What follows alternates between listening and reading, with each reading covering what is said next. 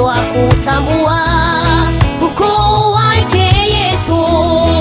Mshangao kuona watu wengi leo wanashindwa kutambua ukuu wake Yesu. Nikitafakari kazi kubwa aliyoifanya Yesu pale msalabani, kunitafuta mimi ambaye niliyekuwa nimepotea katika dhambi.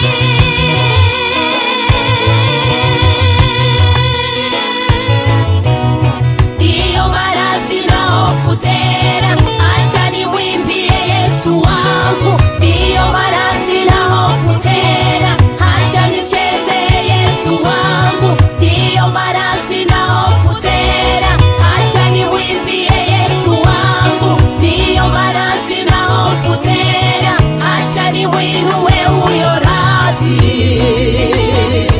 Kweli yatosha kwangu